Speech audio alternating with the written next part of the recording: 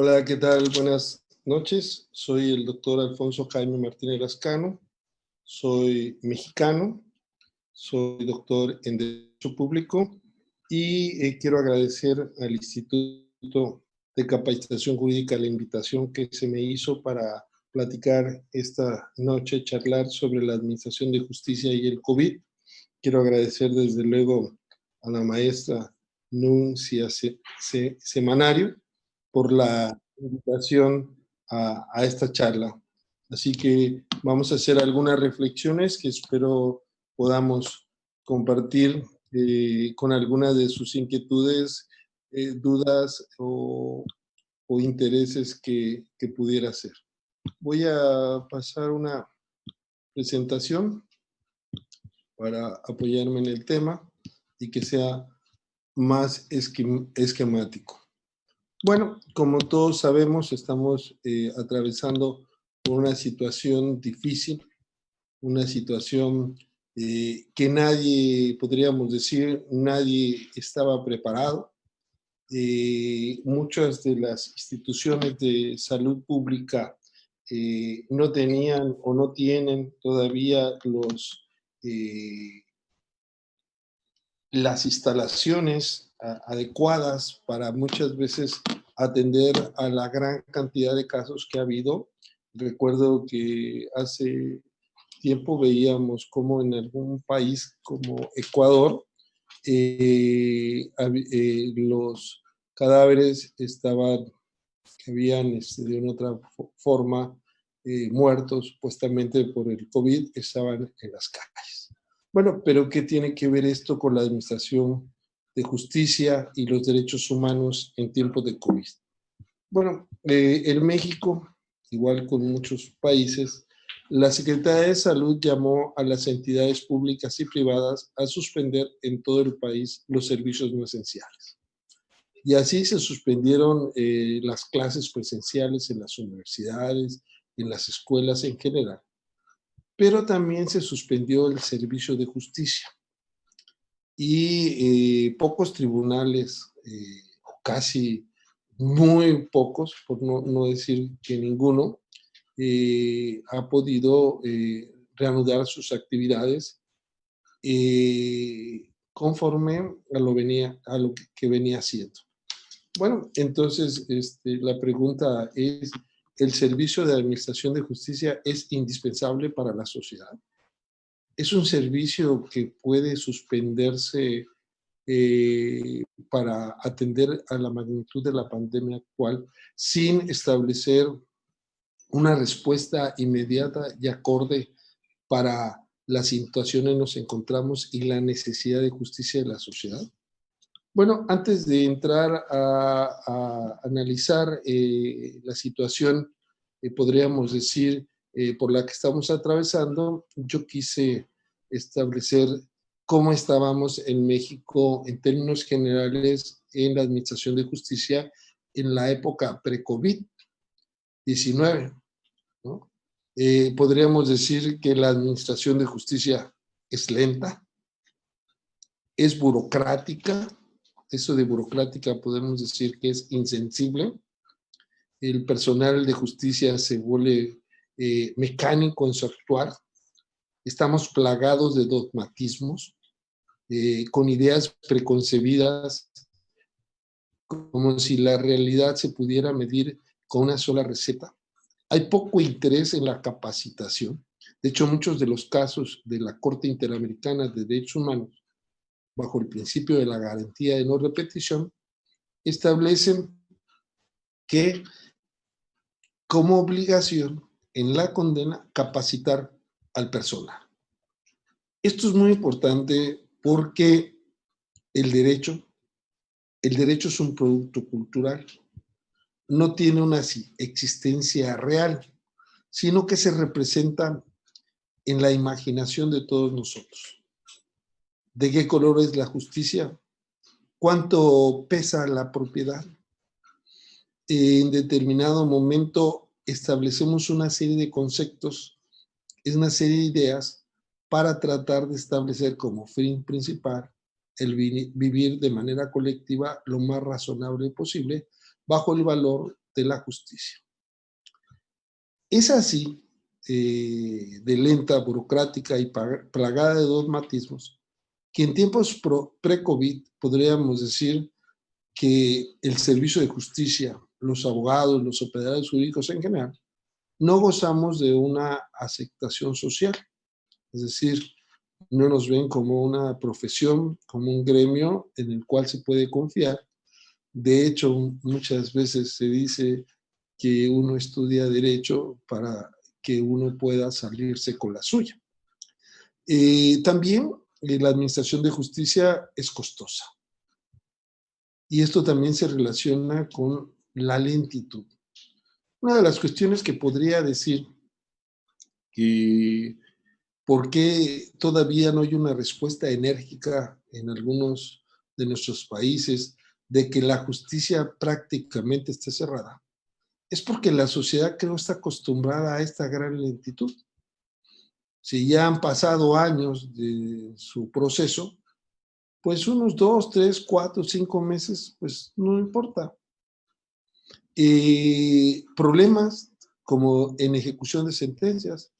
Por ejemplo, hay un caso de la Corte Interamericana, Muelle Flores versus Perú, en el cual el señor Muelle Flores había sido favorecido con 2 sentencias del Tribunal Constitucional, inclusive creo en un juicio contencioso administrativo, pero llevaba 24 años que no se cumplía la sentencia de un tribunal de la jerarquía de un tribunal constitucional. Y entonces vemos cómo a veces las sentencias, las resoluciones tampoco son reales, ejecutables, prudentemente, de manera razonada. Y entonces podríamos decir que en tiempos de pre-COVID, la justicia en términos generales es un desastre.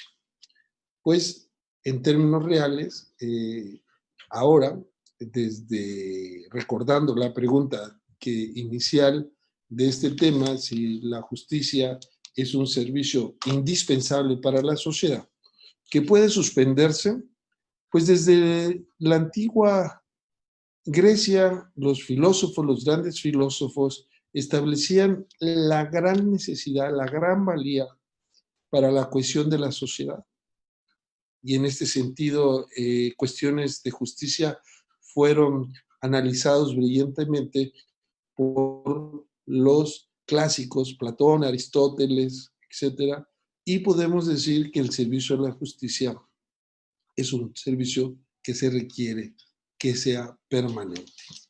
Desde luego, vuelvo a repetir, no estábamos preparados, y todavía no lo estamos, para poder paliar esta pandemia por la cual estamos atravesando. Pero también hay que decir algo bien importante. ¿Por qué en algunos países, y lo decíamos con un profesor español, el profesor José Bonet, de la Universidad de Valencia, por qué en algunos países como España estamos más preocupados en que los restaurantes abran y no en que los tribunales abran? ¿Por qué es más importante el personal que hace la limpieza en los hospitales, el camillero, las enfermeras, que los jueces, que los abogados, que los magistrados en la sociedad? Es algo que tiene que llevarnos a una gran reflexión si realmente los abogados, los operadores jurídicos hemos cumplido con el bien social. ¿Y qué tanto es importante la labor que desempeñamos? Bueno, la Constitución mexicana, como todas las constituciones, y también podríamos decir la Convención, establece el derecho de acceso a la justicia y también establece las garantías judiciales.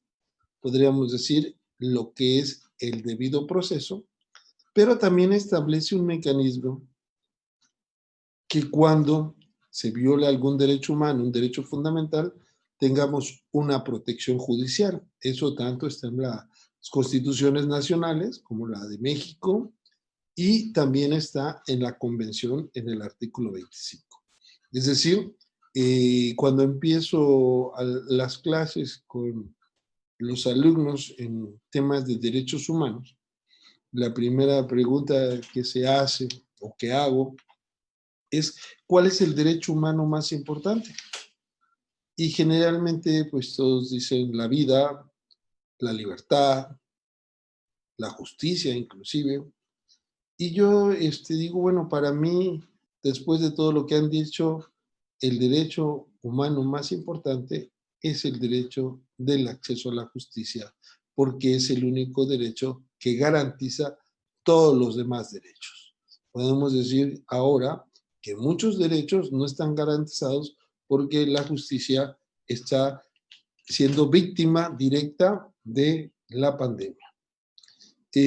Aquí vemos lo mismo que dice Ibáñez en la exposición que hace brillantemente sobre un manual de aplicación del control de convencionalidad, como la importancia que guarda en los derechos humanos el acceso a la justicia. La gran cantidad de sentencias de la Corte Interamericana, que no llegan ni a 500, casi todas tienen como violación de la Convención, el artículo 8 y el artículo 25, por la falta de garantía eficaz de la protección de los derechos humanos por los órganos jurisdiccionales nacionales. Ahora, dentro de las cuestiones que podemos analizar, en las cuales, sobre todo, las poblaciones más vulnerables como las mujeres, la Relatora Especial de la ONU sobre violencia contra la mujer ha establecido dentro de las consecuencias graves de la pandemia el incremento de la violencia en el hogar. Esto es algo que podríamos decirse una consecuencia natural porque el hombre, entendiendo el hombre como especie, es un ser conflictivo. La convivencia de más tiempo provoca de una u otra forma más fricciones. Jean-Paul Sartre, filósofo francés, dice que cuando hay una convivencia entre dos personas, lo primero que hay es una rivalidad porque ambos se pelean por los satisfactores. Otra cuestión importante es porque ambos quieren imponerse el uno al otro. Hay cierta resistencia y cierta situación en la cual quiere imponerse el uno al otro.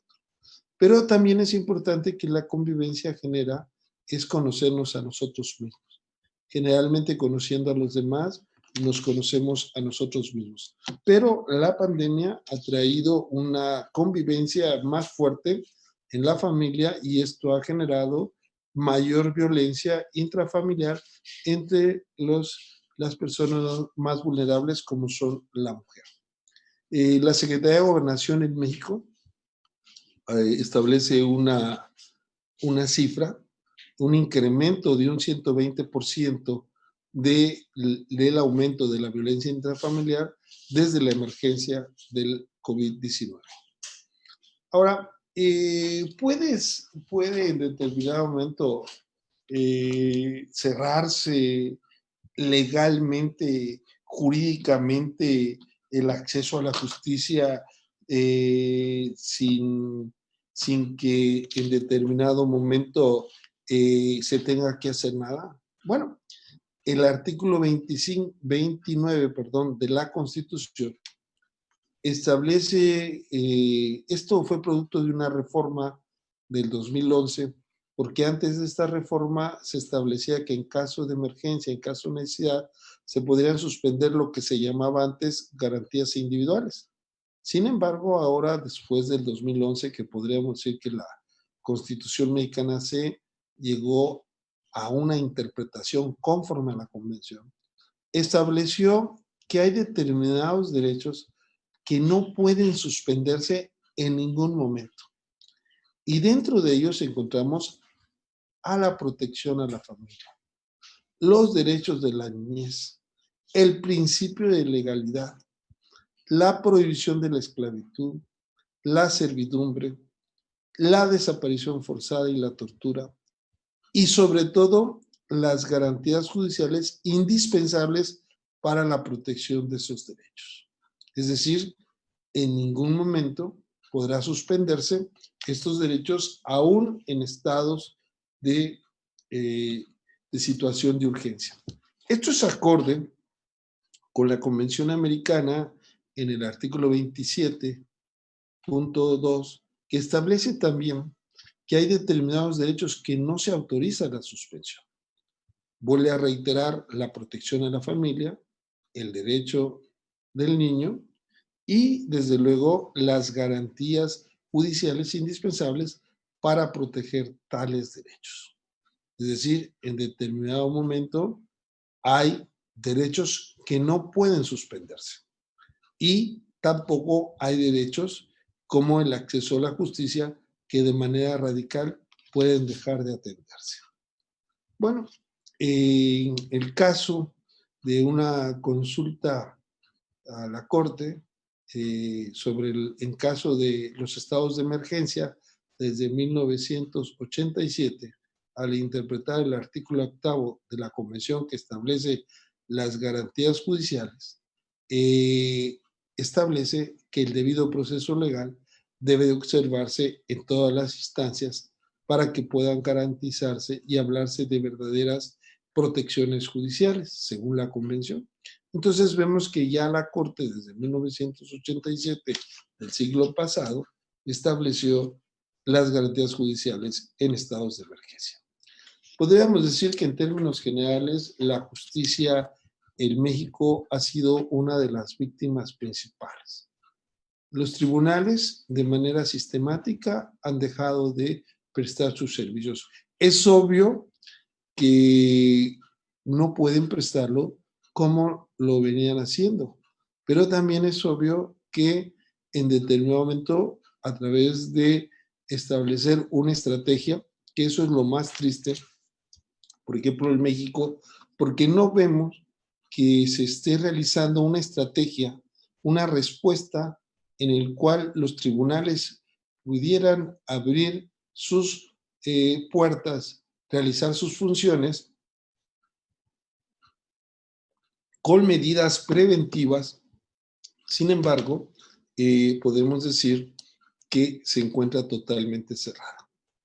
Y es el hecho de que estemos hablando hoy a través de este medio, establece que la tecnología puede bien utilizarse en cuestiones jurisdiccionales. Ahora, una de las cuestiones muy importantes que tiene que ver aquí con la ética es que generalmente los abogados muchas veces lo que hacemos es buscar la forma de cómo burlar la justicia, como mencioné hace rato. Y entonces tratamos de, por ejemplo, si una persona sabemos que la van a emplazar a un juicio, tratamos de que se oculte, tratamos de ganar el tiempo más posible. Si en determinado momento es llamado a juicio, lo que buscamos es establecer una estrategia, inventando hechos, inventando situaciones que en la realidad no pasaron. Y entonces podríamos decir que sí hay una gran desconfianza, como lo dije hace rato, en la forma de proceder de los abogados. Que esa podría ser una pandemia también a la que nos enfrentamos.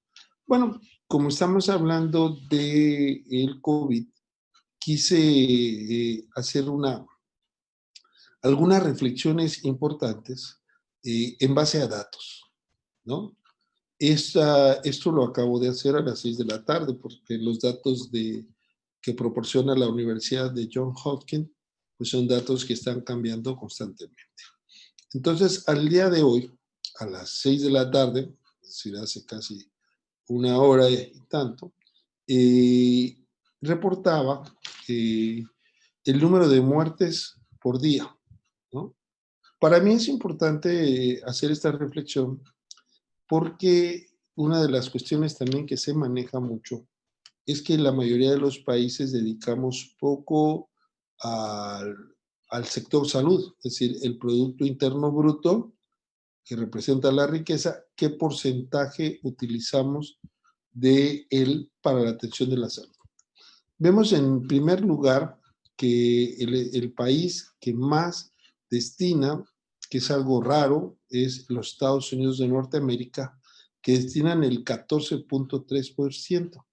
Es algo raro porque en Estados Unidos la salud no es un servicio gratuito, no es un servicio que preste el Estado, sino generalmente intervienen aseguradoras.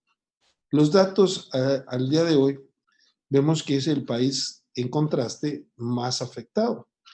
Hasta el día de hoy, de acuerdo con la universidad, tenía 121.119 muertes.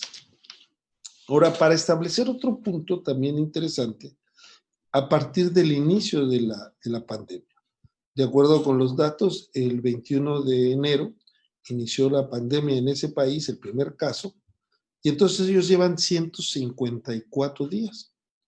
Esto hace que el número de muertos entre los días que llevan, ellos tienen un promedio de fallecidos de 786 personas por día. Ahí podemos ver que es el país que más destina del Producto Interno Bruto, pero que también más efectos adversos les ha causado. Después de él, vemos que Brasil se ha ido colocando con 51.271 víctimas del COVID en 119 días, lo que hace un promedio de fallecidos al día de 431. Y así también podemos ver que en tercer lugar, de acuerdo a estos países, estaría Italia. También establecí algún porcentaje en relación al número de habitantes de esos países y vemos que en el caso de Perú tiene un promedio de 77 fallecimientos por día en un tiempo de 109 días y tienen 8.404 fallecidos. En el caso de México, que realmente estamos en la etapa más alta, tenemos 22.584 víctimas al día de ayer, porque hoy se actualiza, y tenemos 117 días, un promedio de 193 fallecidos por día. Ahí aparece también el país que menos porcentaje tiene fallecidos por día, que es Argentina, que tiene 9 fallecimientos por día, en un total de 1.049 fallecimientos de 112 días. Esto también lo quise poner porque podemos concluir dos cosas. Necesitaríamos manejar más a profundidad los datos porque los datos nos pueden orientar muy bien para dimensionar la situación en la que estamos viviendo. Podemos decir que el Producto Interno Bruto no refleja la eficacia en las tareas de atención a la salud y que también en determinado momento esto repercute en el impacto en su población. Y aquí podemos ver qué países son los que de una u otra manera han paliado este problema de manera diferente. Los países son también diferentes. Si vemos en la primera columna del número de habitantes que se encuentran, pero esto no quiere decir que determinen el promedio de fallecimientos por día. Bueno, esto es la magnitud a grandes rasgos que nos encontramos hasta hoy, pero habría que hacer algunas reflexiones. Aquí está el gasto de la OECD, en el que nos dan de los países latinoamericanos, solamente pertenece Brasil y México. Y si vemos, México es de los países que menos dan destina del Producto Interno Bruto, es el penúltimo en relación a estos datos. Y regresando al punto de la Administración de Justicia, podríamos decir que hoy la tecnología juega un papel muy importante, pero también la tecnología es neutral. Nosotros podemos tener, y es un ejemplo que se dice mucho, un martillo. Ese martillo nos puede servir para clavar un clavo o para romper la cabeza a alguien. Entonces el martillo no tiene la culpa del uso que le dé el ser humano. Bueno, el problema real no es si las máquinas piensan, sino lo que hacemos los hombres. Y en este sentido, creo que lo que ha faltado es que tanto el foro de abogados, que tanto las instituciones, los tribunales, estén pensando en alguna estrategia importante para reanudar las actividades lo más pronto posible. Como señalé al principio, una de las víctimas del COVID podríamos decir que es la administración de justicia. Y como decía Napoleón Bonaparte, solo con prudencia y sabiduría y la destreza se logran grandes fines y se superan los obstáculos. Sin estas cualidades, nada tiene éxito. Y hoy vemos que la administración de justicia, pues, tiene que manejarse el servicio de manera que los abogados, los operadores jurídicos, podamos auxiliar. ¿Cómo? Pues estableciendo como ya en México, en algunas localidades y en algunos procesos, los juicios son en línea, las audiencias son virtuales, la presentación de promociones y notificaciones también son en línea, pero en la justicia cotidiana es donde hace falta ese crecimiento. Y creo que hoy en la justicia cotidiana, en la justicia de la gente que reclama la protección de su casa, que reclama el pago de una deuda, que reclama el que se establezcan alimentos para sus hijos, el que reclama un juicio sucesorio, etcétera, no deben estar marginados por la pandemia. Creo que hoy tenemos desarrollada afortunadamente la tecnología suficiente que hace que la víctima, que es la justicia, pueda pronto repararse. Bueno, estas son algunas de las reflexiones que hago.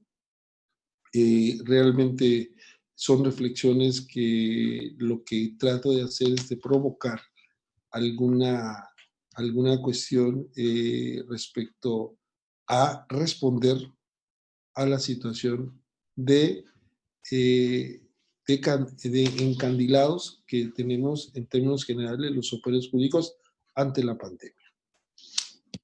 Bueno, pues quedo a las órdenes si hay alguna duda, alguna pregunta, con mucho gusto lo contestaré o lo reflexionaré.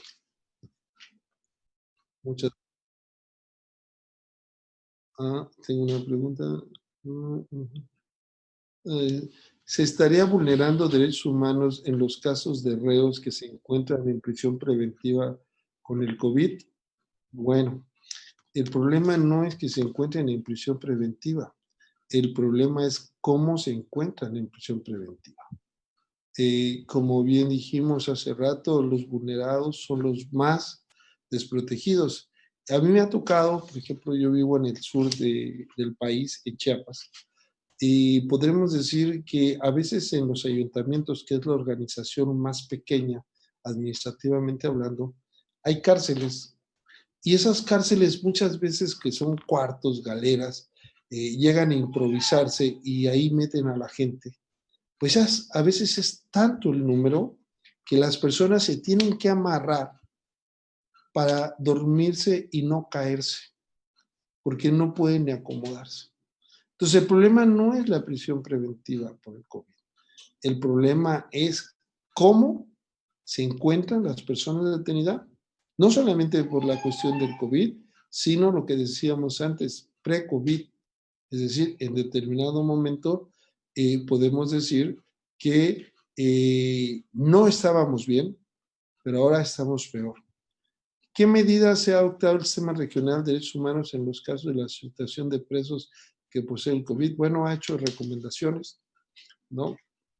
Repito, el problema es que algo también bien importante y quiero señalar, muchos países de Latinoamérica han decretado estados de sitio, toques de queda, o suspensión de derechos. En el caso de México no ha sido así. Sin embargo, hemos llegado a situaciones lamentables que personas, porque no llevan tapada la boca, ¿no?, con el cubrebocas, ¿no?, han sido violentadas por la policía enérgicamente. ¿Qué puede hacer el sistema interamericano? Bueno, el sistema interamericano es una jurisdicción subsidiaria, es decir, requiere de que se lleve a cabo todo un trámite en el país que pertenece al sistema. No puede establecer medidas que pueda por sí mismo el sistema cumplir, sino que le corresponde a los estados cumplir con los parámetros que señala la convención o que señalan los órganos competentes del sistema interamericano. Por ejemplo, hace rato mencioné el caso de Muelle Flores, en el que duró 24 años en el Tribunal Constitucional de Perú y no se cumplía. Y desde luego, desde todos los documentos que podemos decir, hablamos de el plazo razonable. Entonces, no es razonable en términos de pre-COVID el tiempo en exceso que se tarda en resolver los casos. Creo que esto nos lleva a una reflexión importante para que de esta crisis en la que nos encontramos, toda crisis tiene dos caminos: o nos hundimos más o superamos. Creo que es el tiempo para superar muchas deficiencias. ¿Cuáles son las características de las audiencias virtuales? Bueno, ayer estaba viendo una serie en la televisión y había una persona que se estaba siendo procesada. Y entonces el abogado estuvo presente de manera virtual. Le preguntó al fiscal algunas cosas del caso y al final obtuvo su libertad la persona procesada. Es decir, no necesariamente implica estar físicamente en el lugar. Claro, es lo ideal. Pero, ¿cuáles son las características de las audiencias virtuales? Bueno, algo muy importante de cualquier audiencia, que significa oír a las partes, es el principio de contradicción. Es decir, ambas partes tendrían que tener las posibilidades de conectarse y para eso jugamos un papel muy importante los abogados como medios para lograr como auxiliares de la administración de justicia. En varias materias se encuentra presente la oralidad y los juicios en línea. Sin embargo, muchas personas y abogados no estamos preparados para usar la tecnología. No creía que llegaríamos a una pandemia y se cerrarían los juzgados. Para ello, la Administración de Justicia se ha visto afectada. ¿Qué opina de esto, doctor? Bueno, muchas gracias por la pregunta. Gracias por las preguntas a todos. Lo que opino es que la Administración de Justicia está viendo el tiempo, es como una comparsa, está viendo el tiempo que va pasando, pero no hace nada y está esperando que el Ejecutivo o que el Legislativo tome decisiones y no es proactiva la justicia. Y entonces en determinado momento vemos que hay un letargo, de por sí el tiempo que tardan, y en determinado momento esto se ha agravado. Ahora, si una persona, llámese abogado, no conoce o no tiene cómo usar la tecnología, pues ese abogado tendrá que no ser tomado en cuenta. Hay una frase de Eduardo J. Couture, jurista uruguayo prestigiado, dice: estudia porque el derecho se transforma constantemente. Si no lo haces, serás cada día menos abogado. Y nosotros lo vemos con el control de convencionalidad. Muchos jueces dicen en México que no aplican el control de convencionalidad porque las partes no se lo invocaron. Entonces, cuando yo escucho ello, pues eso es ignorancia, porque los abogados debemos de saber que el control de convencionalidad es de oficio. Y por el otro lado, cuando la Corte Suprema Mexicana, la Suprema Corte, dice que no aplica el control de convencionalidad, pues eso ya es política, ¿no? El gremio de los abogados debe de capacitarse. Tenemos que capacitarnos para conocer estos instrumentos. Y realmente estos instrumentos tecnológicos como en el que ahora nos estamos comunicando, son instrumentos que ya existían, pero hasta ahora mucha gente lo está usando. Y si personas pueden usarlo para dar una clase, una conferencia, pues el sistema de justicia también lo puede hacer. Yo no digo que se abran las puertas y que se permita aglomeramientos. Yo lo que digo es que tenemos que adecuar, tenemos que pensar cómo reactivamos la justicia, porque la justicia, como dije hace rato, es algo fundamental en la sociedad. La justicia es algo que nos permite la cohesión, es algo que nos permite el desarrollo, es algo que nos permite en determinado momento vivir lo más tranquilamente posible, siempre y cuando se respeten los derechos humanos.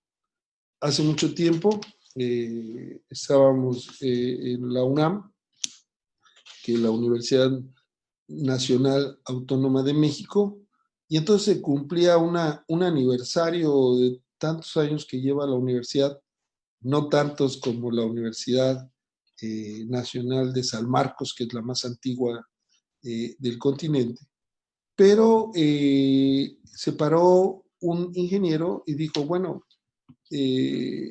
los ingenieros hemos hecho puentes, hemos creado infraestructura, hemos creado carreteras, entonces la sociedad le debe mucho a los ingenieros.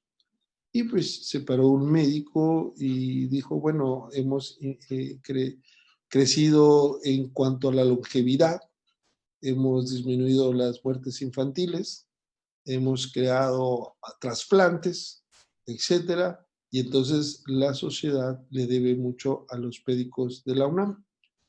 Y yo esperaba que se parara un abogado y dijera, vivimos en un sistema de más igualdad social, tenemos menos impunidad, la corrupción se combate de manera adecuada, entonces la sociedad mexicana le debe mucho a los abogados, pero eso solo pasó en mi mente. Entonces podríamos reflexionar ahora qué tanto los abogados les debemos a las sociedades donde estamos involucrados y qué tanto tenemos la capacidad y la creatividad para responder a los retos actuales y no quedarnos pensando en que alguien va a venir a resolvernos estos problemas cuando la función del abogado es resolver los conflictos sociales. Bueno, pues agradezco las preguntas. No sé si hay más preguntas. ¿No? Señor anfitrión.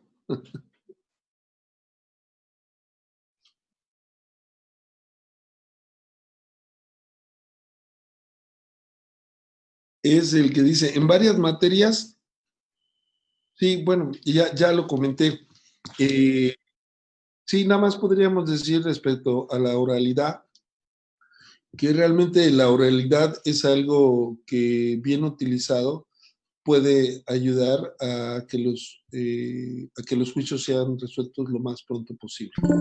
Pero como decía Carneluti, también la justicia no puede ir tan aprisa porque si no, no sería justicia. Las partes han perdido la razón y el juez debe recuperar esa razón. Por eso la verdad está dividida en partes. Entonces lo que va a hacer el juez es analizar, razonar y resolver. Eso es lo que tenemos que hacer.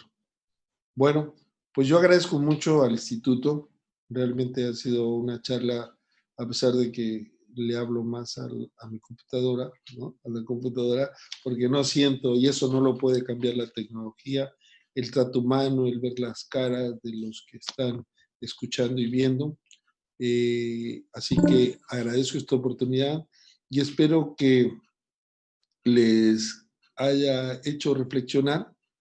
Saludo a Blanca Torres de la Universidad Autónoma de San Luis Potosí en México. Gracias por estar aquí. Y a todos, al doctor Leonardo, también los saludo, miembro de la Universidad Autónoma de Chiapas del SECOCICE, coordinador de la licenciatura de Derechos Humanos.